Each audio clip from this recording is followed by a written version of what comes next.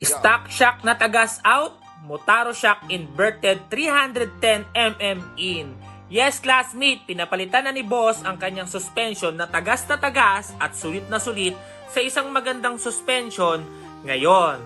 Dahil nasulit niya na ang kanyang gamit na suspension at tagas for how many long years.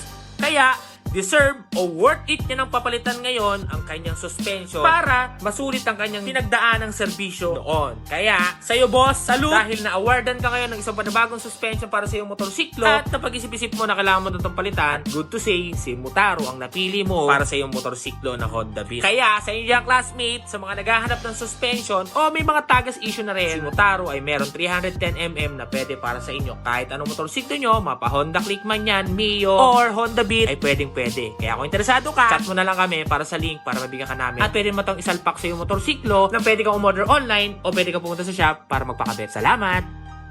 At kung interesado ka classmate, punta ka lang sa comment section, nandun na yung link para maka-order ka na. At dun sa mga gusto magnegosyo, chat nyo lang to para makapag-order na kayo at makapag-umpisa na kayo ng negosyo o tinda sa mga bawat tindahan ninyo. Salamat!